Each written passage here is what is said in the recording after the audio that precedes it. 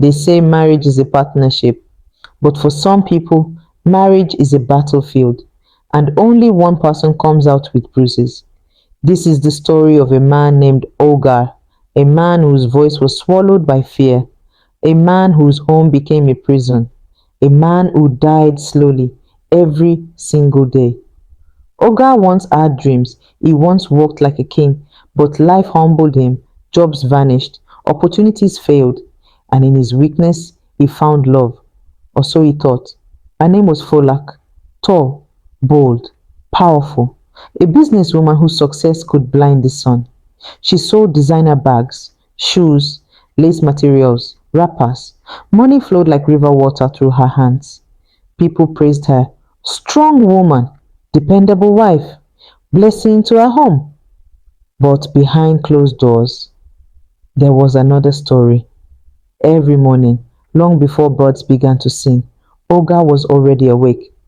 Not because he wanted to walk, but because Folek's shadow drove sleep out of his eyes. He swept the compound till dust beat his throat. He washed piles of plates, scrubbing until his fingers wrinkled.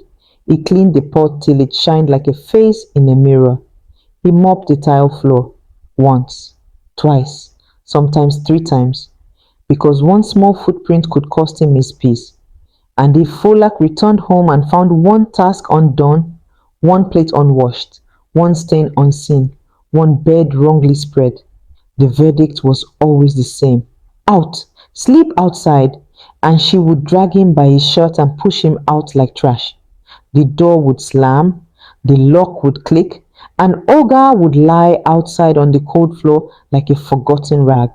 Sometimes it rained, sometimes mosquitoes fed on his skin, sometimes neighbors heard his cough, but nobody interfered. He was a man, and men are supposed to be strong, right?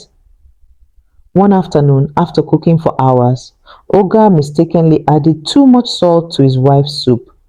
Folake tasted it once. Her eyes turned red like burning coal. She grabbed the pot, not minding its heat, and poured the hot water across the kitchen floor.